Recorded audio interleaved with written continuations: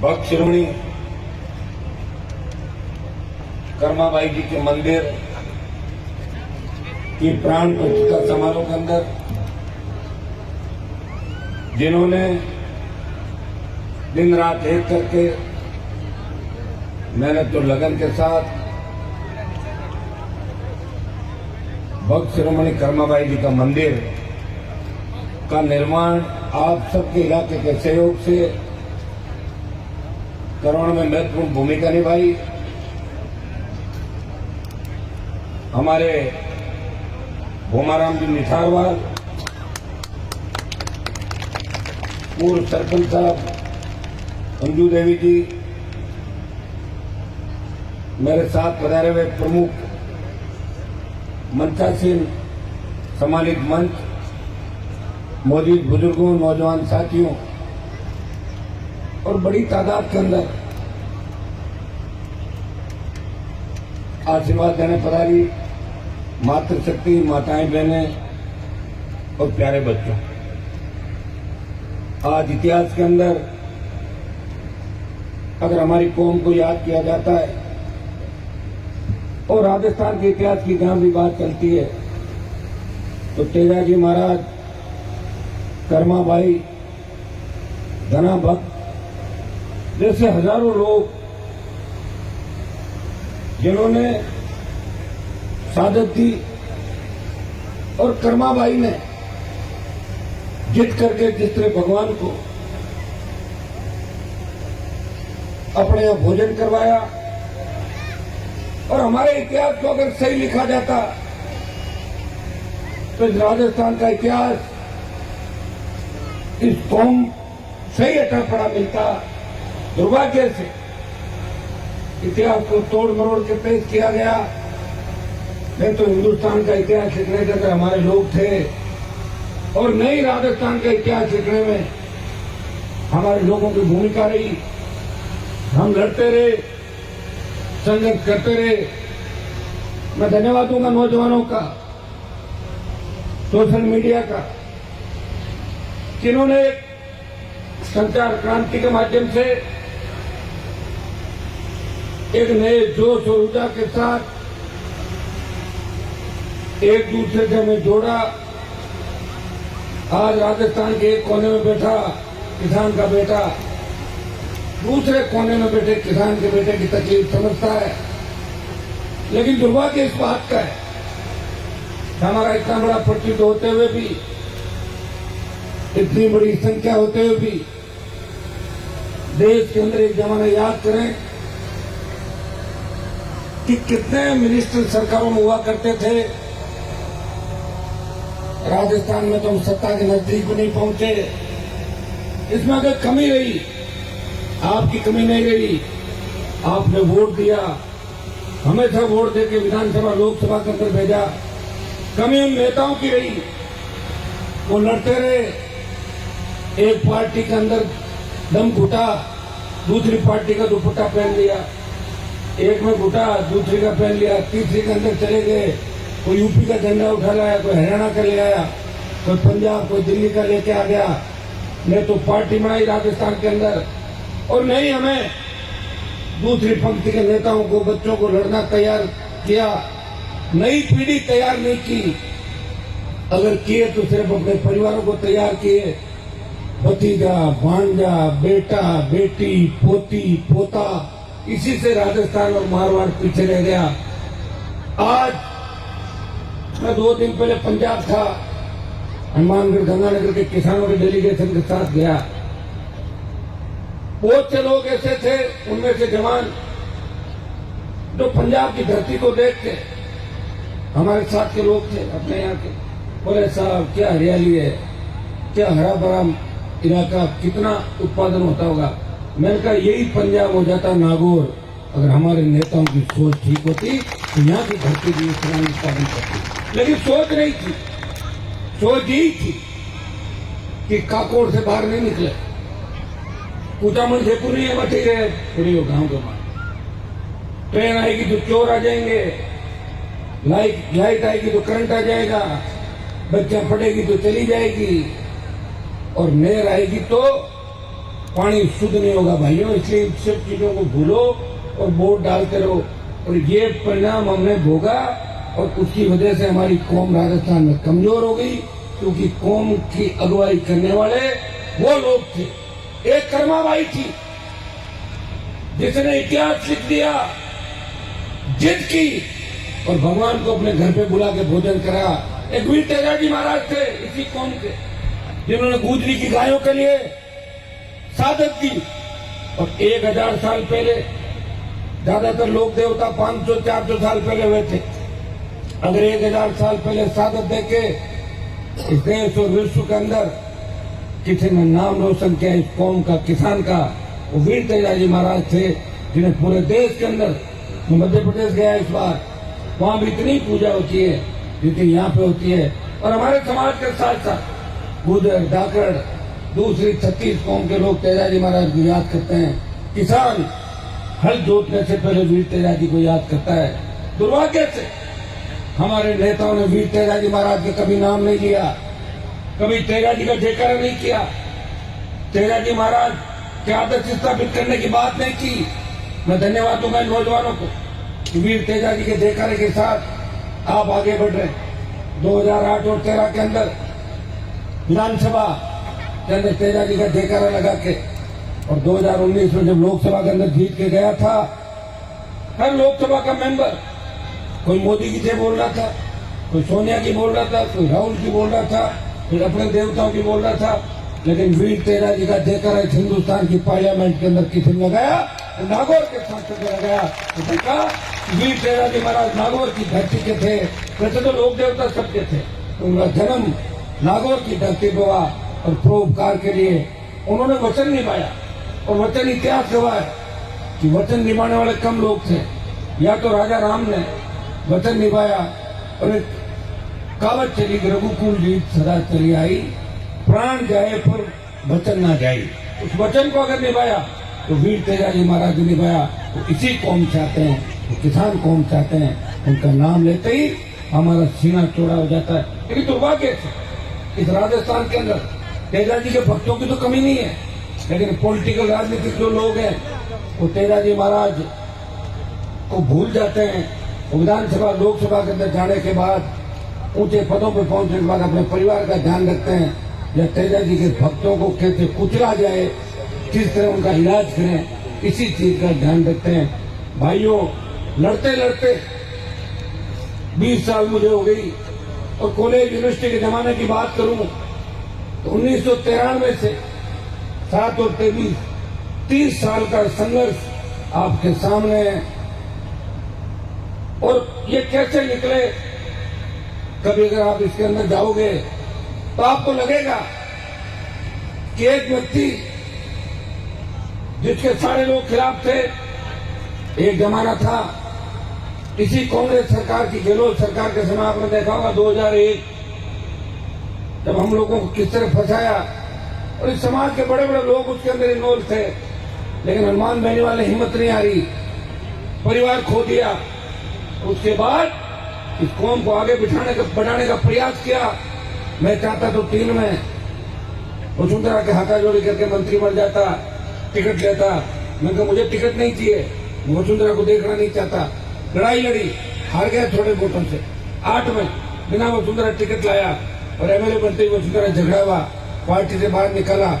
और 2008 से 15 का दरमियान जो संघर्ष था वो आपके सामने था। एक व्यक्ति ने सत्ता की इर्द गिर्द रही, सत्ता को छोड़ता चला गया, अपने भाइयों के समान की लड़ाई लड़ते लड़ते जब 2019 के अंदर दिल्ली पहुंचा तो देश की सबसे नई पार्टी राष्ट्रीय लोकतांत्रिक पार्टी थी। और जब मंत्री बनने का नंबर आया तो मेरे देश के किसान सड़कों पे थे, पंजाब हरियाणा यूपी के किसान पुकार कर रहे थे, हनुमान जी मोदी की सत्ता छोड़ो, हमारा साथ दो। एक तरफ आपके तकलीफ में भाई है और दूसरी तरफ सजी हुई कुर्सी है। मैंने एक झटके के अंदर मोदी की सत्ता छोड़ी और एनए चार्ट को जाम करके 70 दिन सड़क पर बैठने वाला कोई सांसद था, नागौर का सांसद था, जो किसान कौम के लिए सत्ता को ठुकरा दिया। ये सत्ता मैंने एक बार नहीं ठुकराई, इस राजस्थान में भी 4 बार सत्ता ठुकराई। मेरे घर में गहलोत, मोदी और वसुंधरा की फोटो नहीं है। मेरे घर में वीर तेजा जी की फोटो है, धन्ना भक्त की फोटो मिलेगी, कर्मा भाई की फोटो मिलेगी। मेरा कोई आला कमान नहीं है, मेरा आला कमान आप लोगों को, जिनके आगे मैं झुकता हूं। अगर मुझे डर लगता है तो सिर्फ आप लोगों का डर लगता है, और हनुमान बेनीवाल को किसी का डर नहीं लगता। इस राजस्थान को हार्डकोर अपराधियों को उनके अंजाम तक पहुंचाना, उन हार्डकोर अपराधियों का इलाज अगर किसी ने किया, जिन्होंने किसान कौम की खिलाफत करी, इसी व्यक्ति ने किया। और मैं तो शायद मेरे नजदीक से जो लोग जानते हैं वो ये भी जानते होंगे कि नेताओं के तो चारों तरफ दलालों की फौज खड़ी रहती है। हनुमान बेनीवाल के घर के दरवाजे आम आदमी से खुले रहते हैं। वो खुद सुनाई भी करता है, प्रयास भी करता है, और हर व्यक्ति को न्याय दिलाने की बात करता है। पीड़ित चाहे उसकी जाति कोई भी, मैं प्रयास करता हूं कि पीड़ित को न्याय मिले, पीड़ित के साथ रहता हूं। इसलिए आप दोनों हाथों से मुझे आशीर्वाद देते हैं।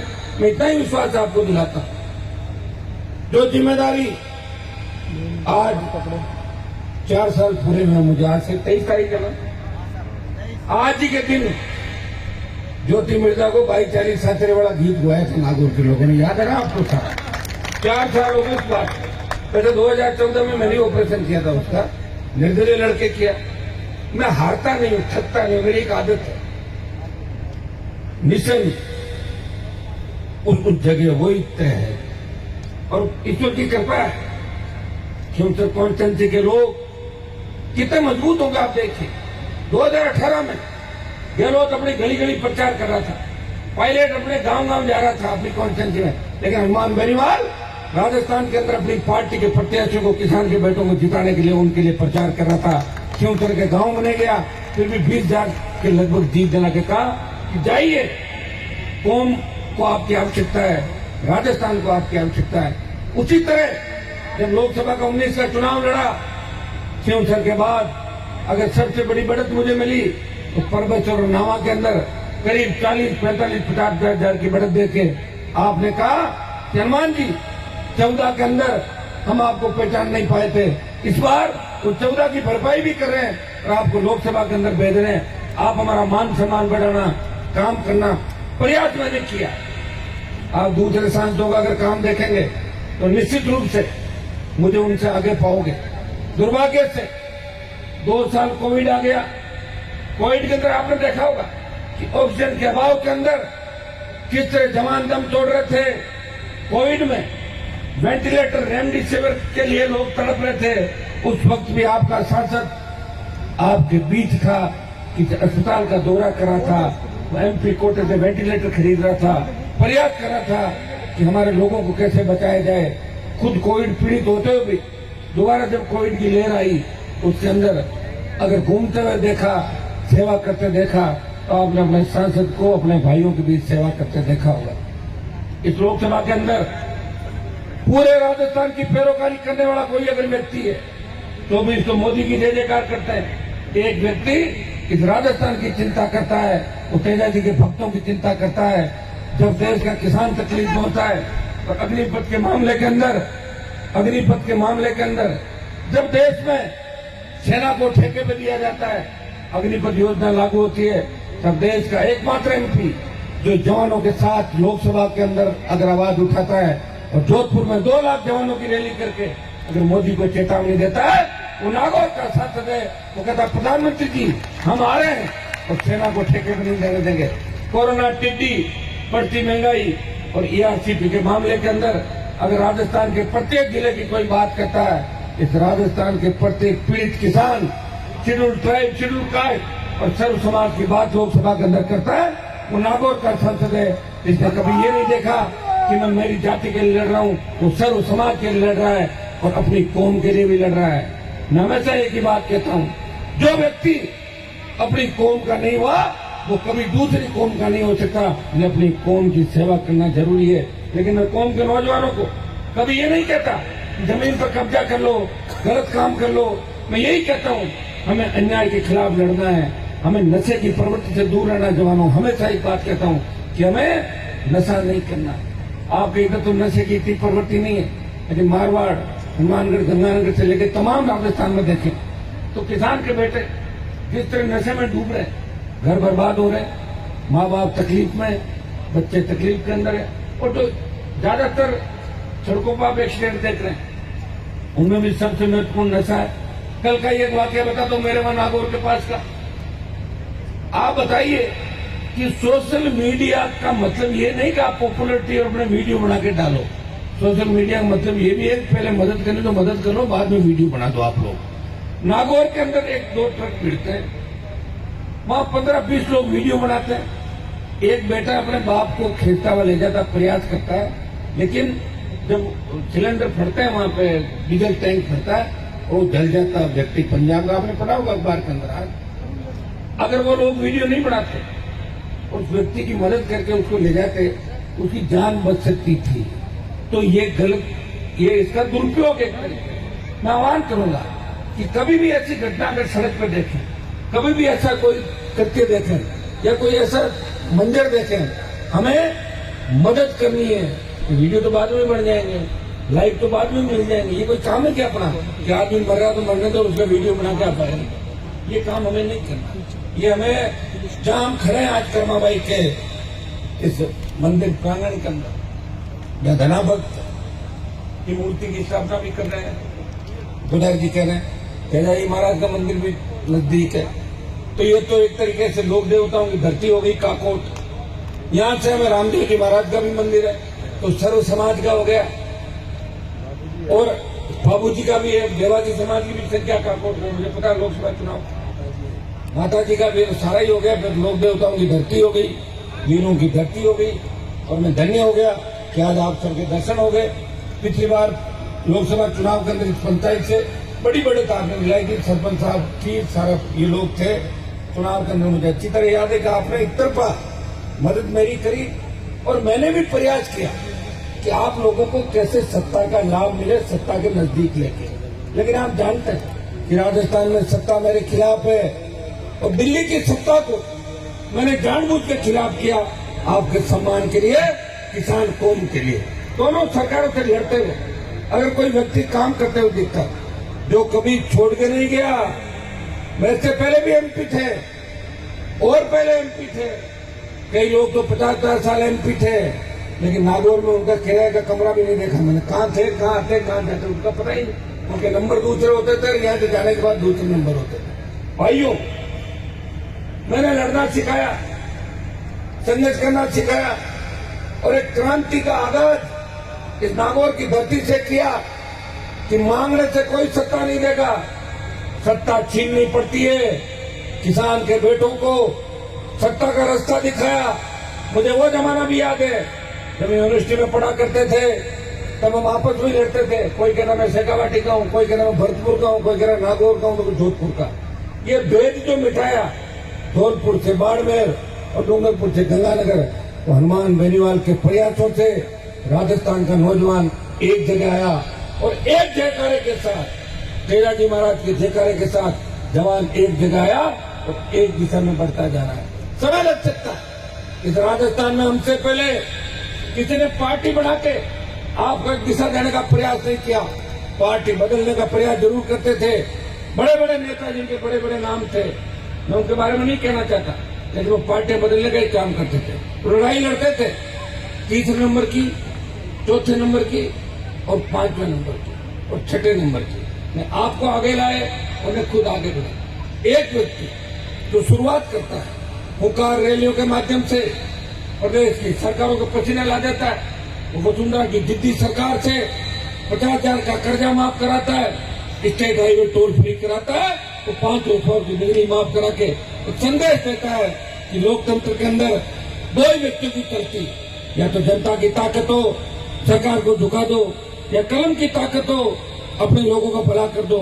झुका तो रहे हम, मोदी को झुका दिया और झुका देगा अग्निपथ में। और जब देश की हमारी पहलवान बेटी है, जंतर मंत्र में बैठी है, आप देखिए, अगर देश का पहला शासक उन्हें मदद करने गया, वो नागौर का शासक था, उसने कहा मेरी रगों में भी वही खून दौड़ रहा है, इन पहलवान बेटियों की रगों के अंदर दौड़ रहा है। भाई वो कितना ही बड़ा बाहुबली हो, वो बचेगा नहीं, सड़कों के पीछे जाना ही होगा।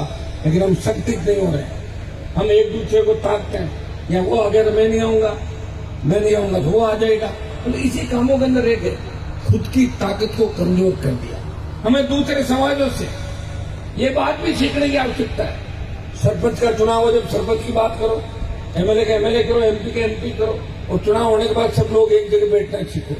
एक जगह बैठना सीखोगे जब भी आगे बढ़ोगे। दूसरे समाजों के अच्छाई लेनी है, हम अच्छाई तो ले नहीं रहे, बुरे हैं तो सारी ले ली, और अच्छाई ले नहीं रहे तो धीरे धीरे पीछे चले गए। इसमें तो मैं धन्यवाद दूंगा नए बच्चों का, आपने जगा दिया इस राजस्थान को, इस देश को, और हमारे बुजुर्गों से भी ये कहने को मिला राजस्थान के अंदर कई जगह कि भाई मान लिए आप जो लड़ाई लड़ रहे हो, अगर 50 साल पहले लड़ाई लड़ी जाती तो राजस्थान की सत्ता पर हमारा कब्जा होता और परमानेंट कब्जा होता। आप देखिए, दलित की बेटी मायावती उत्तर प्रदेश से मुख्यमंत्री बनती है 3 बार 4 बार। मुलायम सिंह यादव दूसरी कौमों को साथ लेकर लंबे समय तक मुख्यमंत्री रहते हैं। क्या राजस्थान के अंदर दम नहीं किसी नेता के अंदर? हम तैयार हैं, हमारी कौम तैयार है। हमें सिर्फ उन लोगों को साथ देना है जो आजादी के समय भी हमारे साथ खड़े थे। हमें ओबीसी के भाइयों को, शेड्यूल कास्ट के भाइयों को, तमाम उन किसान कौमों को साथ देना है जो उस समय भी हमारे साथ थी। वो हमें प्यार करते हैं, हमें चाहते हैं, लेकिन दुर्भाग्य से पार्टियों ने हमारा बंटवारा कर दिया और हमारे नेता कमजोर हो गए। वो लड़ नहीं पा रहे हैं। उनको लगता है कि कहीं मेरी टिकट नहीं कट जाए। मैं कई नए लड़कों को कहता हूँ, तुम लोग क्यों नहीं आ रहे हो? वो कहते हैं साहब हमारा पॉलिटिकल कैरियर खत्म हो जाएगा। ये पॉलिटिकल कैरियर क्या था, मेरे समझ में नहीं आ रहा। क्या मेरा पॉलिटिकल कैरियर है ही नहीं था? तो मैं भी कहती मेरा ही पॉलिटिकल कैरियर खत्म हो जाएगा। अरे थैला ही तो उठाना है। थैला चाहे अशोक गहलोत का उठा लो, चाहे मोदी का उठा लो, चाहे मेरा उठा लो, एक ही थैला है। तो थैला ही तो है, या तो खुद बनाओ और थैला उठाना है तो अपनी कौम का आदमी का थैला उठाओ, दूसरों का थैला उठा के क्यों घूम रहे हो? वोट तो बराबर ही मिल रहे हैं। कांग्रेस की डिमांड जब्त हो जाती है, भाजपा की भी हो जाती है, कई जगह दूसरों की हो जाती है। जब तक हम लड़ेंगे नहीं तब तक कुछ नहीं मिलेगा। आज लेकिन नई परिपाटी है। कई लोगों को मैं कहता हूँ पैसे वाले राजनीति में आ रहे हैं। भाई आप क्यों आ रहे हो राजनीति के अंदर? कि थोड़ा सेफ हो जाए और बिजनेस कर लें। तो बिजनेस भी कर लो ना, राजनीति में क्यों डिस्टर्ब कर रहे हो? राजनीति में उन लोगों को आना चाहिए जो बिजनेस से परहेज करे। हाँ ये सही है कि राजनीति के अंदर पैसे भी खर्च होते हैं। चुनाव लड़ने के अंदर बहुत खर्चा था। मुझे लोग कहते हैं कि मान जी आप चुनाव कैसे लड़ रहे हो, बड़ी रैलियां कैसे कर रहे हो? मैं कह रहा हूँ जनता है ना, मेरे छोटे भाई है, हजारों गाड़ियां लेके आते हैं, मेरे को एक पैसा ही खर्च नहीं कराते। कितने चुनाव मैंने लड़ लिए, कितनी रैलियां की, पार्टी बनाई, उम्मीदवार लड़ाए, और 23 में पहला व्यक्ति बना राजस्थान का जिसकी पार्टी को मान्यता मिली, और मान्यता मिलकर फिर वो चुनाव लड़ रहा है। पंचायत पालिका चुनाव से लड़के अपना कुनबा बढ़ाते हुए तो देश की सेवा में समर्पित है। तो आदमी हिम्मत रखेगा तभी कुछ कर पाएगा। कई लोग इतने डरते हैं, मुझे कहते हैं आपको डर नहीं लगता अमित शाह मोदी का? मेरे का डर उनको लगता है जिनके पास पैसा है। कल मुझे लोग कह रहे 2000 का नोट बंद हो गया। मेरे को कोई फर्क पड़ता नहीं, जो नहीं मेरे पास पैसे हैं नहीं कोई फर्क पड़ता। जिनके पास पैसे हैं उनको चिंता है कि 2000 का नोट बंद हो गया। कांग्रेस पार्टी चिंता करेगी, बीजेपी को वो लोग चिंता करेंगे जिन्होंने पैसा इकट्ठा कर रखा है। हनुमान बनीवाल कोई चीज की चिंता नहीं। मुझे पूरा भरोसा जब भी मैं चलूंगा। और एक सबसे बड़ी बात कि एक व्यक्ति पॉलिटिकल पार्टी चला रहा है और चंदे की रसीद नहीं काट रहा है, ये कितनी बड़ी बात होगी। देश का एक ईमानदार ऐसा नेता होगा तो 1 रुपए भी चंदा नहीं ले रहा। और अगर आप 2 पैसे देते हो तो मंच में कोई मदद कर देते हो, अलग बात है। मैं चाहूं तो मैं भी ये काम कर सकता हूं, क्योंकि सारी जो नई पार्टियां बनी, सब पार्टियों का फंड होता है, सारा ऑनलाइन आप देख सकते हो, अकाउंट होते हैं, चेक करते हो। एक व्यक्ति आपको परेशान नहीं कर रहा। वो कहता है कि मुझे किसी चीज की आवश्यकता नहीं, मेरे भाई अपना हम सारा काम करेंगे आपकी सेवा में। इसे 25 साल समर्पित किए। अब समय आ गया, लोकतंत्र में कलम की ताकत चाहिए, तो कलम की ताकत आप लोग देंगे। तो आप लोग कहां से देंगे कलम की ताकत? आप जिले गिने, नागौर, जोधपुर, बाड़मेर, पाली, बीकानेर से लेके वापिस शेखावाटी, अंतरोड, जयपुर से लेके चित्तौड़, भरतपुर, अलवर तक आप एक हो जाएं। शेड्यूल कास्ट के भाई तैयार है, गुजर, मीणा, यादव, तमाम लोग तैयार है। वो तो कह रहे हैं कि एक बार आप लोग एक हो जाओ। हम तो तैयार है वोट देने के लिए। और भाइयों, और जिस तरह मातृशक्ति आज का जो धार्मिक कार्यक्रम है, जिस तरह मातृशक्ति आशीर्वाद दे रही है छोटे भाई भगत सिंह की भूमिका के अंदर, और माताएं बहन इस भ्रष्टाचार का खात्मा करने के लिए झांसी की रानी लक्ष्मीबाई बढ़ के इस व्यवस्था को बदलने के लिए तैयार हैं। आने वाला समय आपका है, इतना विश्वास मैं आपको दिलाता हूं। जब खींवसर विधानसभा क्षेत्र, जो आपको पता है बड़े नेताओं की राजधानी थी एक जमाने के अंदर, कहां चले गए? अभी कोई एक आध जीता भी है तो हाथाजोड़ी करके जीते, रात को 12-1 बजे आके हाथ जोड़ लिया, रसायन कर दो, कर दी मदद।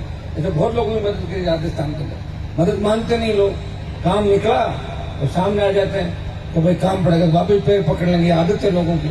लेकिन मैं आपको विश्वास दिलाता हूं, आप अगर हिम्मत रखेंगे इस बार राजस्थान में बदलाव होगा। पिछली बार 18 के अंदर भी राजस्थान का वोट देखेंगे, 1,39,00,000 पे कांग्रेस थी, 137 पे बीजेपी और 80 लाख वोट हम सब जो निर्दलीय अलग अलग पार्टियों के लोग थे, 80 लाख वोट हम लोगों ने लिए थे। 80 लाख तो बढ़ेगा, वो घटेगा। आप ठीक हिम्मत करोगे तो मेरे हिसाब से थर्ड फ्रंट की जो बात करें वो पहला मोर्चा हो सकता है। और राजस्थान की सत्ता में ये तो तय है, या तो सरकार हमारी बनेगी या हमारे बिना नहीं बनेगी, और हमारे बिना नहीं बनेगी मतलब हमारी ही बनेगी। सारी चिंता आप छोड़ दो, आप तो लिस्ट बना लो कौन बदमाशी कर रहा है, कौन बेईमानी कर रहा है। जब सरकार आती है तो सारा काम एक साथ हो जाता है। किसान को इस तरह बैठना नहीं पड़ेगा कि मेरी फसल खराब हो गई, मेरा फसल बीमा नहीं मिल रहा है, बच्चे को रोजगार नहीं मिल रहा है, कर्जा बढ़ गया, कर्जे के बोझ की तरह आत्महत्या करें किसान। जवान के हाथ में कलम की जगह बंदूक है। आज हमारी बहन बेटियां रात को अकेली नहीं निकल सकती। विश्वास दिलाता, हिम्मत रखिए। अगर सरकार के नजदीक आ गए तो सारा काम एक ही दिन में ठीक हो जाएगा। और ठीक कौन करोगे? आप करोगे। वोट की ताकत किसके पास है? आपके पास है। लेकिन आप तो एक ही काम करते हो कि एक बार बीजेपी को जिता दो और बीजेपी को हरा के कांग्रेस को जिता दो। तीसरे विकल्प के बारे में आपने सोचा ही नहीं कभी। तो मैंने प्रयास किया कि तो मैंने सोच बढ़ा के देखिए, ये आपके आशीर्वाद का एक परिणाम था कि मोदी किसी के लिए सीट छोड़ता, क्या बताऊं मुझे? 2 सीट छोड़ी, बाड़मेर नागौर, और बाड़मेर मैंने वापिस की क्योंकि मेरा सिंबल गायब हो गया था उस समय। ये सिंबल मेरा कांग्रेस बीजेपी ने मिलकर चुरा लिया था बोतल का, तो मुझे टायर मिला। मैंने कहा कहीं ऐसा नहीं हो बाड़मेर में टायर हार जाए। तो मैंने कहा भाई बाड़मेर का तो आप अपने पास रखो, कैंडिडेट मेरे हिसाब से बना जाए। तो बाड़मेर के कैंडिडेट की मदद, किसान के बेटे की टिकट इनको दे देना और हम नागौर में कर लेंगे। भाइयों, ये भारतीय जनता पार्टी जो 25 MP बने थे, गलतफहमी इनकी, ये टायर पर 24 को बिठा के ले गया था मैं दिल्ली, नहीं तो ये बीच में रह जाते 10-15। वेंटिलेटर पे थे, सांस नहीं आ रही थी जोधपुर के अंदर, बीकानेर में, बाड़मेर में, सीकर में। ये सांस जो दी इनको, ये आरएलपी पार्टी ने, हाँ बीजेपी ने दिए होंगे 2-2.5 लाख वोट मुझे, मैंने ही दे दिए 27-30 लाख बीजेपी। उधार है मेरे वोट 27-28 लाख भारतीय जनता पार्टी के ऊपर, मुझे वापिस तो वोट था। तो गठबंधन था, गठबंधन तो ऐसा ही होता है, गलतफहमी में नहीं गए। उस समय गठबंधन था, हमने गठबंधन का धर्म निभाया, या कांग्रेस की खिलाफत करी राजस्थान के अंदर। आज भी आप देखेंगे जब गहलोत की सरकार गिर रही थी तब हम खिलाफ थे और हम ये कह रहे थे कि किसान के बेटे को सीएम बनाओ सचिन पायलट को। ये आरएलपी पार्टी ने कहा था। पहली प्रेस कॉन्फ्रेंस थी मेरी 18 के अंदर, जब भी मैंने कहा, पायलट ने मेरे से मदद मांगी कि आप 3 विधायक मुझे दें।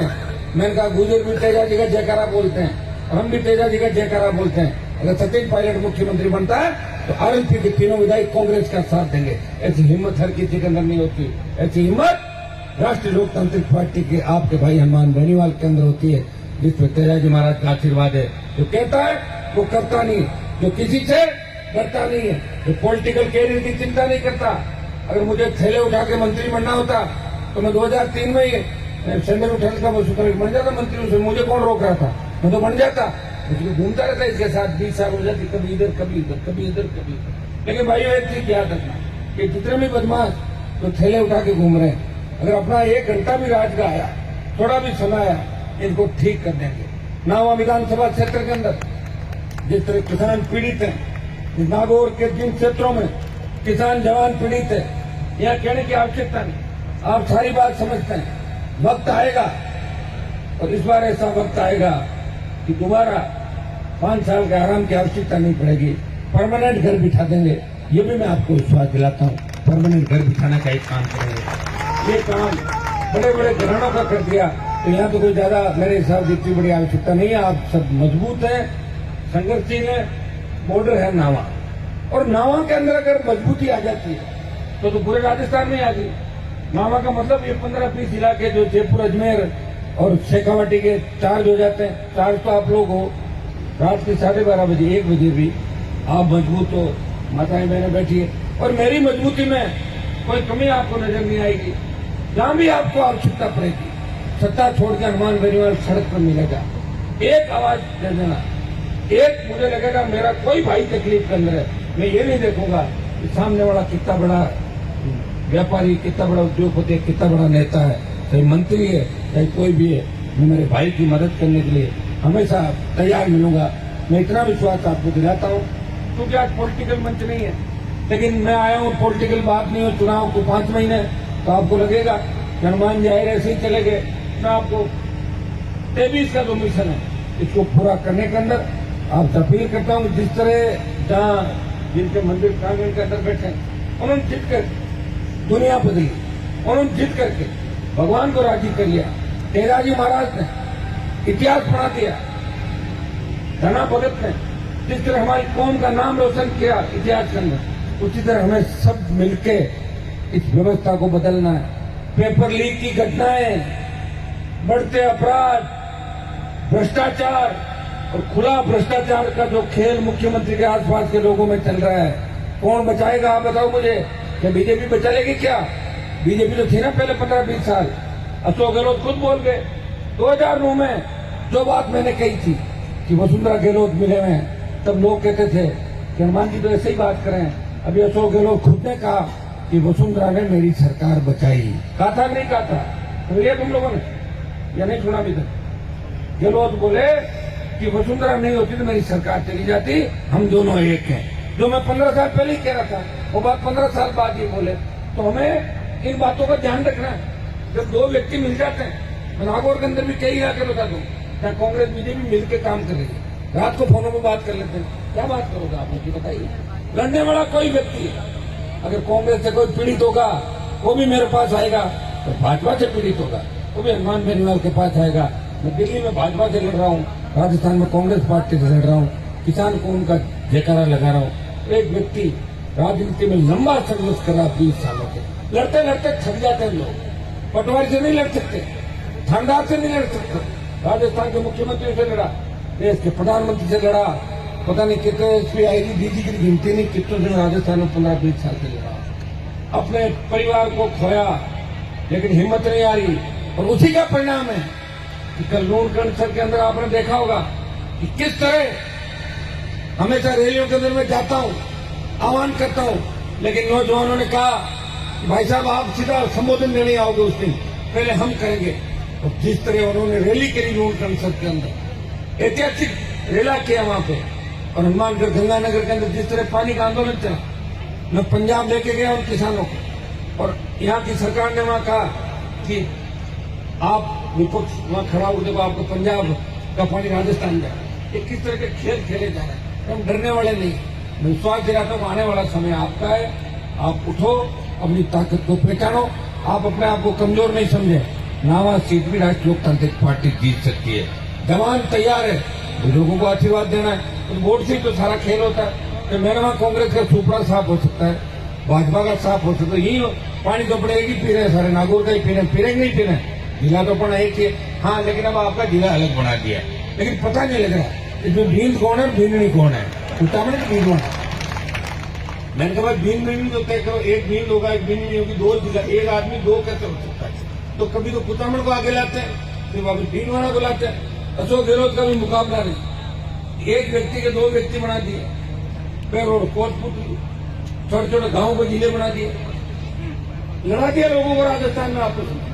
जब लाठियां लेके जाओ, अब ये कह रहे हैं कि तुम्हारे गांव उसमें डाल देंगे, वो तहसील उसमें डाल देंगे, इसी में उलझे रहो ताकि उसकी सरकार बची रहे। उसका तो एक ही मकसद है कि राजस्थान में सरकार बची रहे, और 5 साल बाद जब कांग्रेस हट जाए 23 के अंदर चुनाव हो, तब लोग ये कहे कि कांग्रेस का आखिरी मुख्यमंत्री अशोक गहलोत था, इतिहास बन जाए। वो सिर्फ इतिहास ही बनाना चाहता, उसके अलावा उसको कोई काम नहीं है। 3 बार एक व्यक्ति मुख्यमंत्री बन गया, कुछ नहीं करता। कभी मैंने सड़क पर संघर्ष करते उसको नहीं देखा, तो विधानसभा में था, कभी नहीं आता था। सोच लो, बहुत कम रेयर कभी आ गए विधानसभा में, हेलो हाय आए विधानसभा चलती थी। तो लोग अपने आप वोट देते हैं, आवश्यकता नहीं आने की। चिंता तो हमारे जैसे लोगों को है। आप कम नाराज हो जाओ, कभी फोन नहीं उठाया तो नाराज, कोई काम नहीं हुआ तो लोग कहते हैं काम कराओ तो कराओ, नहीं तो कांग्रेस में भाग रहा हूं। कोई कह रहा कराओ तो कराओ, नहीं तो वसुंधरा के साथ भाग रहा हूं। कोई कह रहा भाजपा में जा रहा हूं। आप बताइए, एक व्यक्ति प्रयास कर रहा है कि सबको जोड़ के चले और जवानों को जोड़ के चले, जो हर वक्त काम करवाना चाहते हैं, हर वक्त अपने नेता से बात करना चाहते हैं। तो प्रयास क्या, उसी का परिणाम है कि आप इतना आशीर्वाद करो। मुझे काफी बोलते लंबा समय हो गया, आप लोग भी थके, मुझे पुजारी जी काफी परेशान नजर आ रहे हैं। पुजारी जी आप चिंता नहीं करें,